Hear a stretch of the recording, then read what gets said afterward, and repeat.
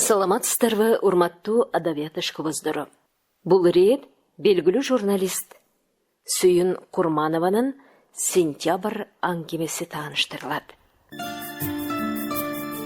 Жолду баратабыз, 10 бала төрөп, биринен да жакшылык буйрбаган бечара аял арманын айтып бүтпөй баратат. Абышкасынын көз өткөндөн кийин ар кай жака тараган балдарынын ичинен бирөө да ата конушун ээлегиси келбей шаарга кире качышканын, эми алдан эмедей үйүн жери менен кошо башка бирөө ээлеп алганын, өлсөм сөөгүм ошол үйдөн чыкса дегенин баарын айтып, бир аз туруп кайра башынан түшүп, бечара кемпир үйүмдү өзүмө кайтара көргүлө деп безеленип жатыр. Эл күбө кагылайындар, баары эле билишет. Капырай, ушундай да болот экен, бирөөнүн жерин ээлеп, биз түрө турсак. Терезе сыртында көк майсаң суналып, тармалдашкан булуттар тоонун башына чулганып, баятан тынбай келаткан кемпирдин үнү пасайып, отургандар бир саамга өзү менен өзү болуп көшүп калды. Иш чынында эле чаташып калыптыр. Териштиргени бараткандардын ар кими күбөөмүн дегендердин айткандарын жазып алып, түш оогончо түтүнмө түтүн кыдырып, үйдү сүрөткө тартып, айыл башчысына келип сурамжылап жаттык.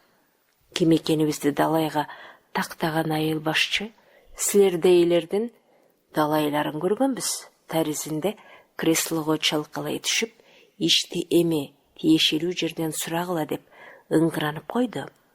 Райборборго келип милицияны сураштырып отуруп таптык. Начальник бош эмес деген жоопту угуп, кире бериште отурабыз. Катчы кыз ичкери улам кирип чыгып, далайга жоголуп кетип, кыйладан кийин киргиле деди. Начальник келбеттүү, сүрдүү, чаалыккандай түрү бар адам көрүндү. Айткандарыбызды кунт коюп угуп, өзүнө бир нерселерди жазып алып, акырында бул маселени кызматкериме тапшырайын, жообун кечиктирбей беребиз. Бара бериңиздер, деди да, мени карап, сиз кое турсаңыз деп калды. Кемпир биз жакты кылчак карап, бирдем айтчудай оозун таптап барып чыгып кетти. Тиги киши эми ордунан туруп бери басты. Баятан сүрдүү көрүнүп жаткан жүзүндө жылмаюу пайда болуп, кандайсың, классташ деп, башкача бир жылмайса, чоочуп кетип, эмне дээримди билбей калдым. Тааныган жоксуңбу? Мен сени дароо эле тааныдым. Жок, дедим классташымды дароо көз тизмектен өткөрүп. Ким эле? Ушундай бала бар беле?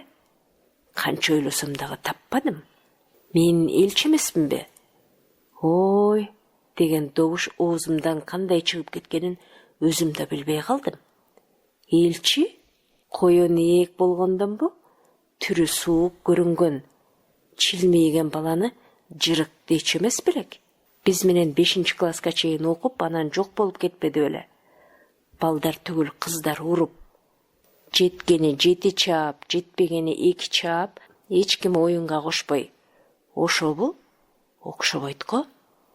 Жырык эмес беле? Мээимде эски сүрөттөр чакылдап, улам бери тартыла түштү. Дароо оозун карадым. Оз атасынан кеткен билинээр билинбес тырыктын кызарган изи болбосо эчтеме билинбейт. Зыңкыйган, зыңгыраган азамат болгон турбайбы? Эмес дедим, силер биз менен аз эле окугансыңар да. Андан бери канча заман өттү, ыңгайсызданып кобурадым. А мен силерди унуткан жокмун, сенин жазгандарыңды окуп жүрөм. Менин классташым деп сыймыктанып, элдин баарына көрсөтөм. Качан, кантип жолугаар экенбиз дечилем, сонун болбодубу? Бетим дуу дей түштү.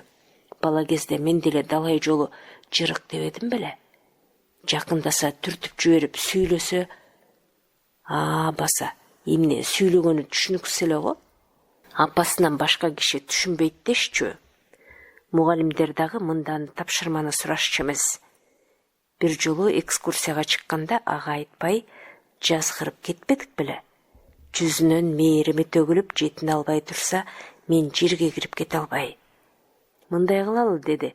Бир маалда телефон номериңди берсең, жумуш бүткөндө жай отуруп шашпай сүйлөшөлү. Жолдошум, балдарым менен тааныштырайын. Қалған классташтар жөнінде айтып берсең? Кеч күйгімді бізде классташымдың аялы тосып алды. Маңдайы жарып, жақшынақай аял екен. Ескі тағыныштай еле сөйлешіп жаттық. Тестиер екі бала сылық ұшырашып, апасына жардан беріп жүрішеді. Үйінде өзгөчө бір мел-мелдеген жылуулық, жан сергіткен бейпілдік бар екен. Тегереге майда гүлдірге толған далисте отырғанымызда классташыма кечіріп қойчу дедім. Ал имнен ойлап жатқанымды дароо түшүндү. Анткелменен ийигин колу менен жаба койгон адаты калбаптыр. Көпкө унчукпай калып, анан жок, мен силерге таарынбайм деле. Бала болчубуз да, а бирок чоңдордун мамилеси көкүрөктө калып калат экен. Ооздун жарааты кетсе дагы, жүрөктүн жарааты айыкпайт тура деди. Мен төрөлгөндөн эле апам менен атамдын урушу бүтчү эмес. Тукумубузда мындай жок деп атам чыкса, мен гүлгө оонап тууп турмунбу деп апам чыкчу. Ошондо чоң жолдон чуркап өтүп баратканымда машина коюп кетсе экен деп ойлой берчүмүн. Бир күнү Туркияда жашаган тайэжем келгенде ошондон сурап атпаймынбы? Эже мен өлүп калсам ыйлайсызбы деп.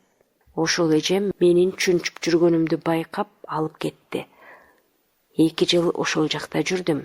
Эрдимди таңдайымды оңдотуп, 1 жыл окубай калдым. Кайра келсем ата-энем ажырашып, бөлөк жашап калышыптыр. Мени кайра шаардагы тайэжем алып кетти. Чоңоюп окуп жүргөндө балдар эмне үчүн кемтик болуп төрөлөөрүн изилдеп көрүп, анын көпчүлүгү үй бүлөдөгү ызы чуулуу жашоодон болоорун түшүндүм.